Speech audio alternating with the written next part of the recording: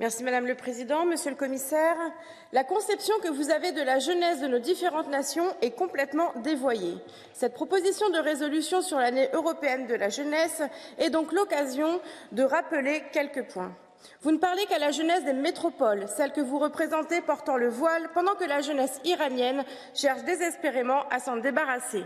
Celle que vous représentez adhère aux idées woke, LGBT et progressistes, alors que leur priorité réelle et immédiate est celle des fins de mois et d'un marché du travail saturé. Pour le reste de la jeunesse, le constat est simple. Vous ne l'écoutez pas et elle ne vous écoute pas. La preuve la plus flagrante de cette manipulation idéologique, ce sont les journées AI au Parlement européen, théâtre de l'extrême gauche militante qui fait coexister les ateliers féministes islamistes fémiso, les espaces de discussion sur le racisme et les lieux de débat sur l'identité transgenre. La jeunesse européenne, la vérité fait mal entendre, je le sais. La jeunesse européenne doit savoir que c'est ainsi que vous représentez ces préoccupations du quotidien. Pour vous, la jeunesse n'est qu'une métaphore de la gauche.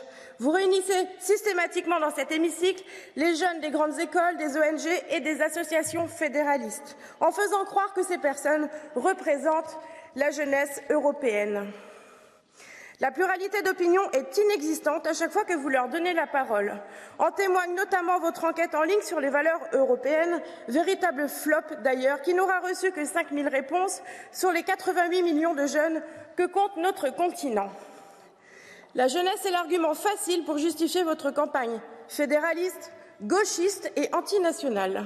C'est faire croire au peuple européen que les nouvelles générations sont prêtes à ratifier le projet d'États-Unis d'Europe préparé par de vieux fédéralistes déçus par les résultats électoraux. Mais s'il y a bien une constante depuis que la société moderne existe, c'est que la jeunesse a toujours refusé que l'on pense à sa place. Ne mettons pas dans le même panier idéologique des jeunes de nos 27 nations si différentes. La jeunesse est en première ligne face à la crise, face à la difficulté d'entreprendre et face à la concurrence internationale. La vérité, c'est que nos jeunes combattent tous les jours les mêmes difficultés que le reste des Européens.